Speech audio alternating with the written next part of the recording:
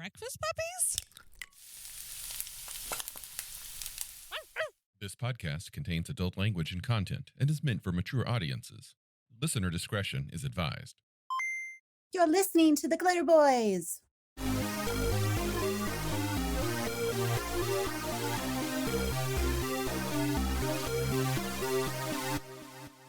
Nathaniel, I've been struggling as of late because I realized that I use like 6 different ways to track what's going on in my games.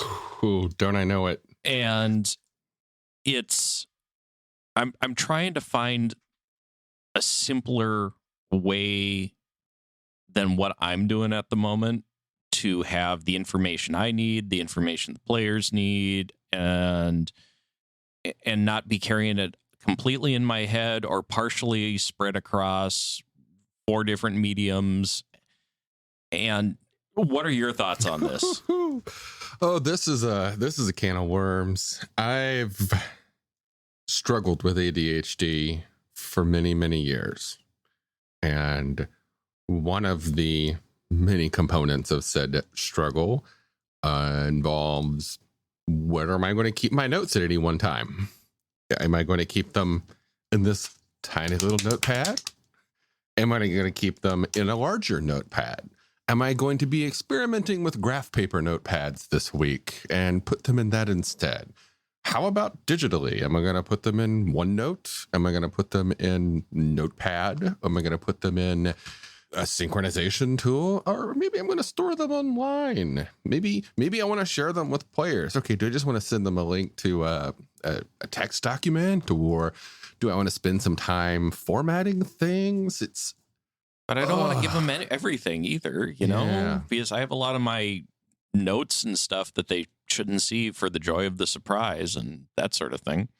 Well, I want to go a little back through history of how young me did things. So before web pages were super easy to put up, and before we had file synchronization tools like Dropbox and the things that have come from that, I remember I kept all of my notes in a 3-ring binder, and I had my massive gaming binder where I kept, I had those, the colored tabs that you could slide the little scraps in and write down what each tab was. And sometimes I would have different smaller 3-ring binders specifically for either a game system or a campaign. And those 3-ring binders are still in that hall closet. They have made it through from middle school, through many moves. The ones that I've wanted to keep, they're still in there. But it's very difficult to share stuff from a 3-ring binder with players. So back in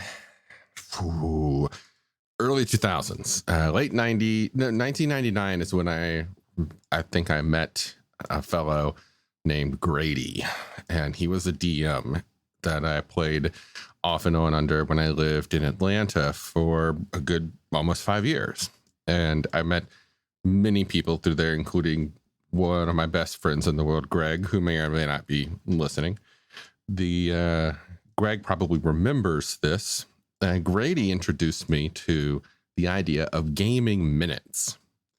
He wrote out lengthy reports of his games and then printed them out and handed them to the players every new session. You would sit down and there'd be a new printout. You'd be anywhere from 2 to 4 pages stapled, and it would be a review of things been on. And it was almost like reading a podcast report, something. It was humorous. He had his own style to it. It inspired me to do the same when I moved to Portland.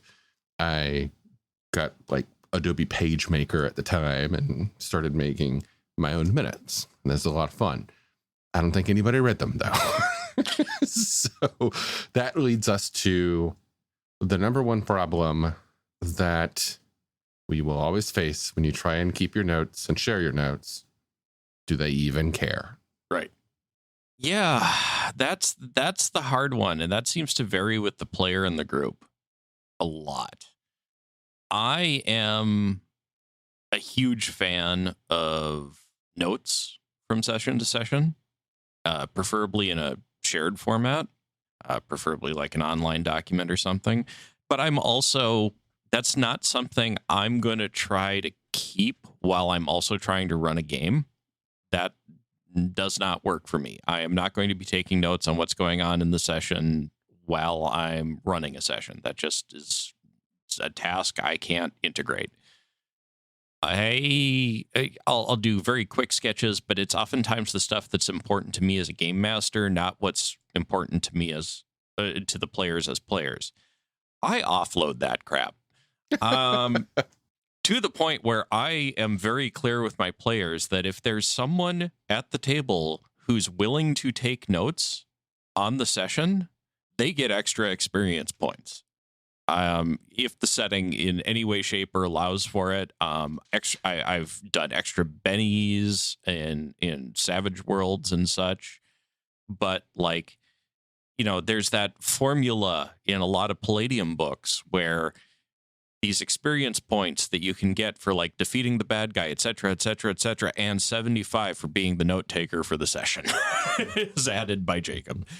And it because it's a valuable tool for me, because it also tells me what stuck with the players out of the session. And it offloads that burden from me. I couldn't do it. Yeah. Well, when it comes to notes that only matter to me, it doesn't really matter where they are. If it's okay, I was going to go in one direction, but I'm going to change direction real quick. It matters to me now.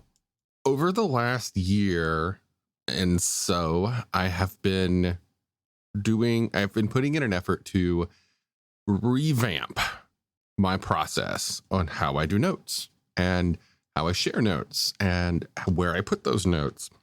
And I actually have a lot to say on that. So I'm not going to go super down that tangent.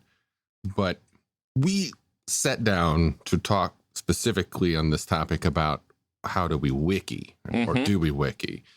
So some folks might not know what a wiki is. There's a chance.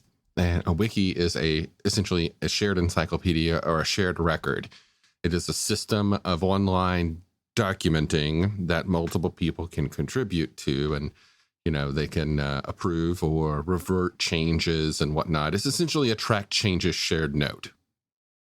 They have become popular in the last few decades for keeping notes for gaming, and there's lots of online systems that kind of do that. There's you can of course host your own easily just by installing MediaWiki, but there's also things like Obsidian Portal, which is a campaign place where you can pay a monthly fee and they give you a space, which has a lot of gaming focused bells and whistles.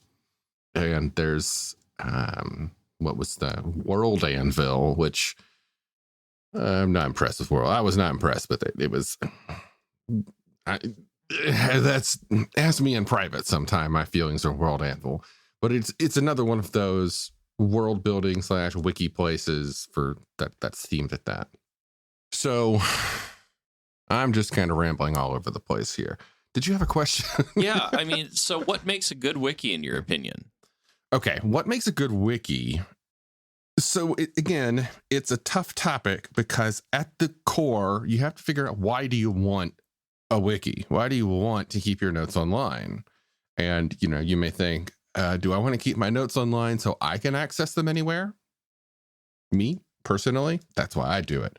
I have a tablet, I have a phone, I have a laptop, I have a PC, and I want my notes everywhere. I want to be able to pull it up at any time. That's my main thing. But at the root of the concept of the wiki is the shared workload. You like to offload as much of your note taking as you can to the players. I also like that as well. But getting players to actually contribute to something between sessions like a wiki, I have never had luck with that. every time I've tried, I think over the past 20 years of gaming where that has been like a thing, having a shared document or something, I think I have gotten maybe 4 players across 20 years of campaigns to contribute a little bit. Mm-hmm. So wikis ultimately, unless you have a wonderful unicorn group that is the perfect gaming group that is all equally bought into your campaign, your wiki ends up being your notes. Yeah. I mean, I've had that experience once where I had a group where everybody except me, I was a player in that group, participated in the shared note wiki. I didn't, just because I don't know LaTeX, and Oh, they all did. And so it was the most gorgeous wiki of notes you've ever seen. But oh my God. today, my approach that I have actually been building towards this method for some time. I even wrote a blog article about adopting this method for game design like a decade ago. And I am a big fan of a text markup language called Markdown. It is a very simple way of prettying up basic text. It's, if you ever see somebody who does the, 2 asterisks, a pair of asterisks to the left and right of a word to bold it, that's what Markdown does. Or you put like your headers are done by putting hash marks in front of a thing. So 1 hash mark is header 1, 2 hash marks is subheader 2, and so on. And you can easily bullet lists just by either a dash or an asterisk space thing, and that begins to format a list. I've been using Markdown for years. It's so easy to read once you're used to writing it. And there's many tools out there that even support it. Hell, Google Docs now has built-in Markdown support. It will automatically format your Markdown as you type it. There is one of those online RPG wiki tools called The Goblin's Notebook. I started using for our late Alternity game, and it's amazing. It is an online wiki-like tool designed specifically for GMs and players keeping records that has custom sections, and you can build connections between things and mappings, and it makes keeping track of everything ridiculously easy. And it fully supports and is built upon Markdown in a way that, like, getting used to it was a no-brainer for me. And it's ridiculously cheap. It's like a couple of bucks or something on Patreon. That's it. I'll have to look into that one. And does that allow you to just player facing it? Or it does. You have your notes and your campaign structure that you can build out in it.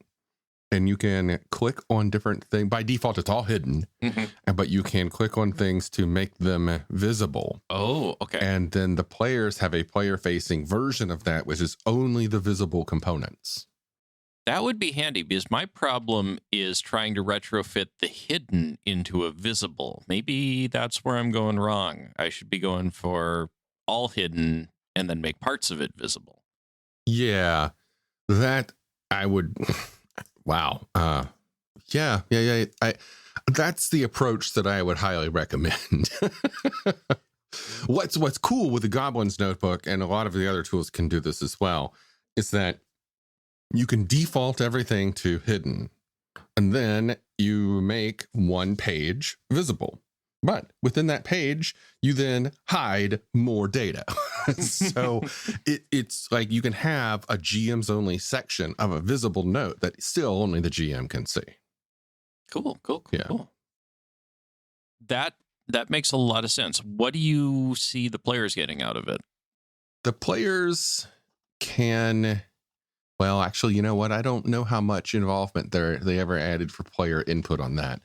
One of the reasons that I went to use the Goblin's Notebook was because of its Markdown support.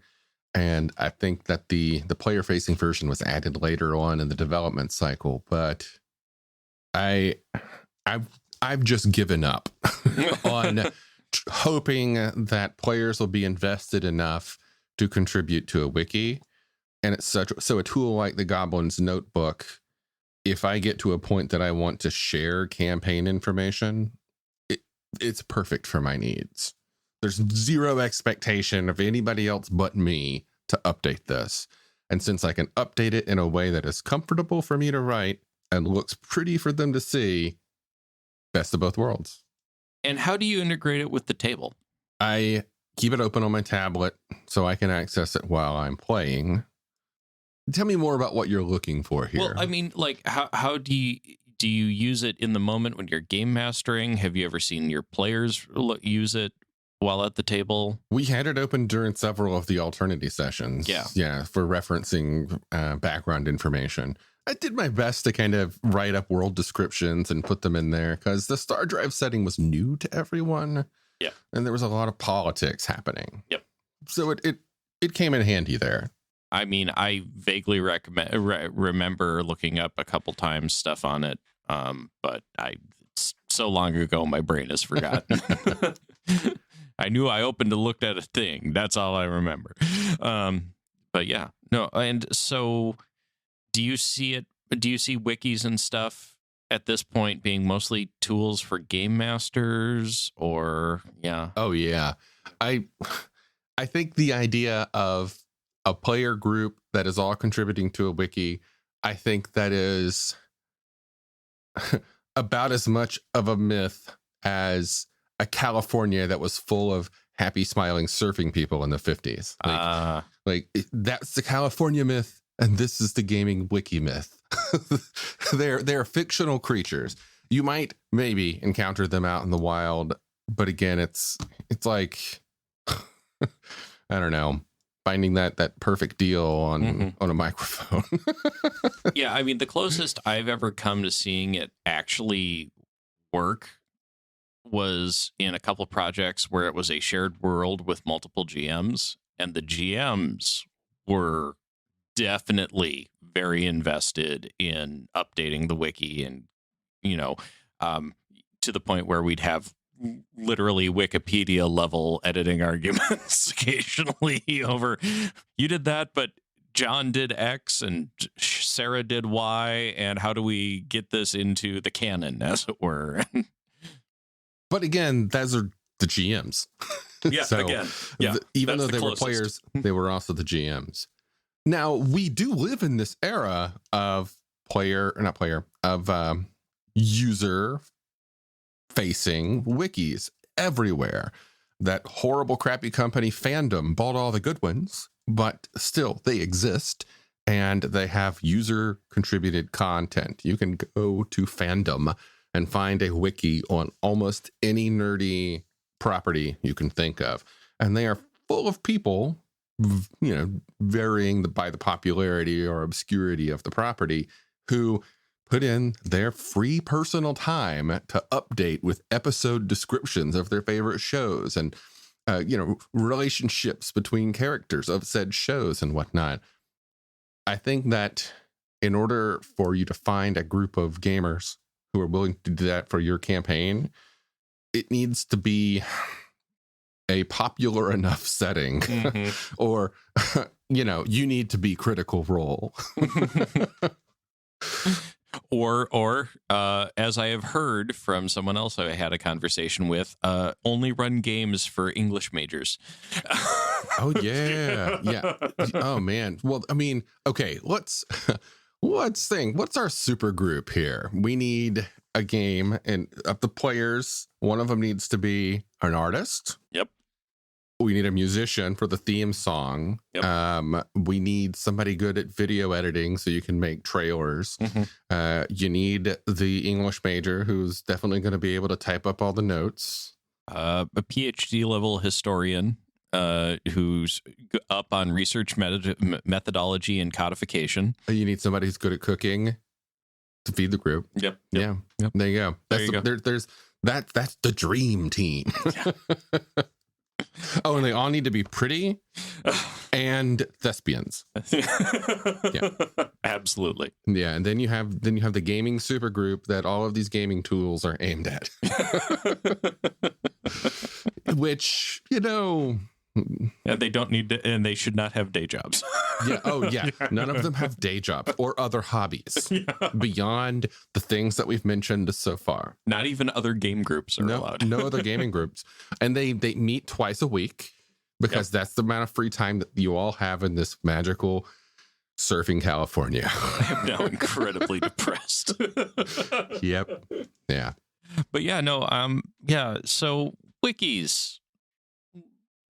I think we can kind of sum it up as it's definitely a tool for game masters. A player-facing component can be helpful if they ever are going to look at it. And that's really the long and short of it. Yeah, if you're just trying to keep your own notes, you don't need a wiki for that. There's, as I have learned from my ADHD methods, there are so many ways to keep notes. Even if you want to do it digitally, you can do things like Microsoft OneNote, which is free. Mm-hmm. You can get a simplenote.com account. It also is Markdown. It is a Markdown-based, very simple note-taking system.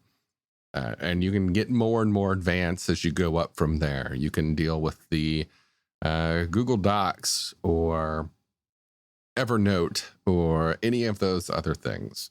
I like to keep things simple.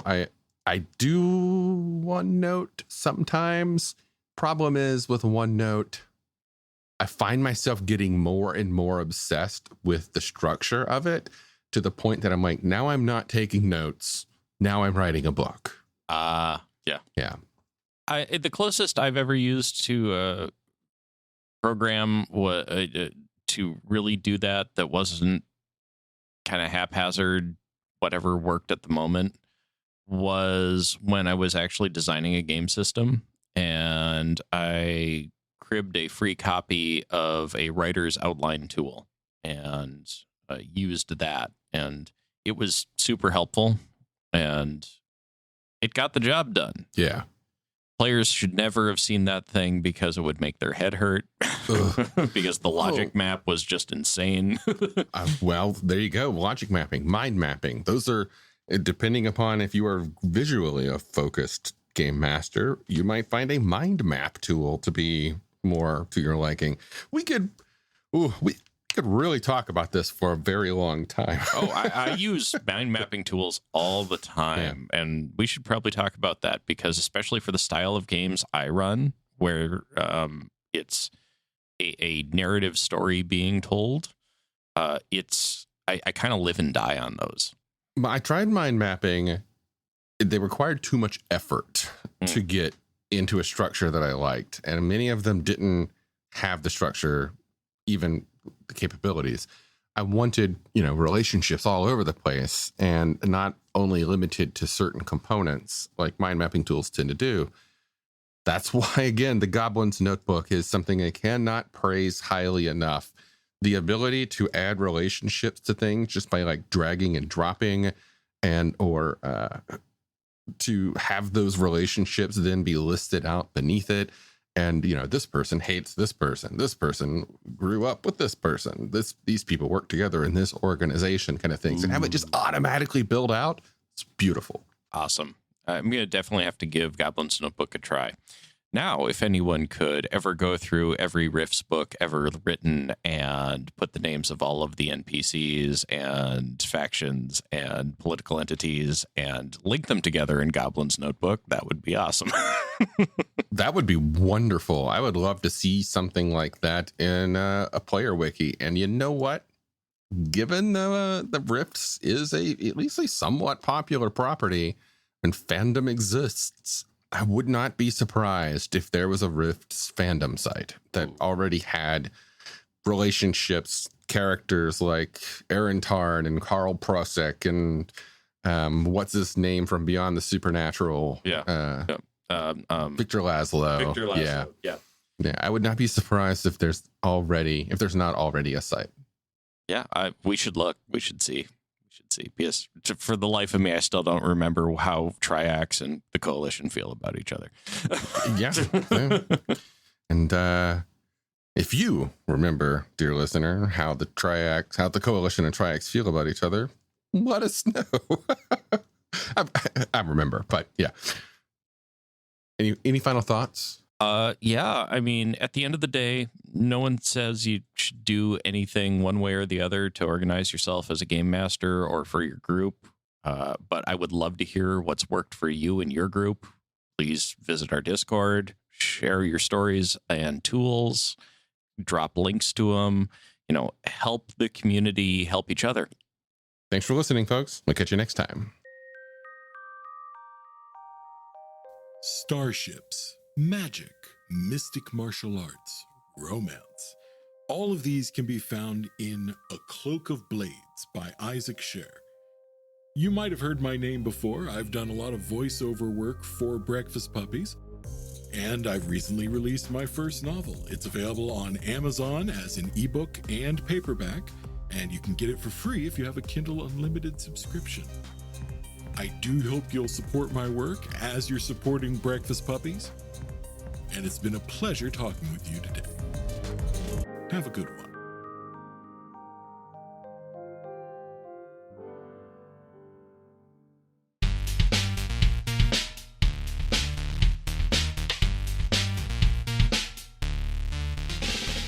You've been listening to The Glitterbois, a Palladium Books fan podcast.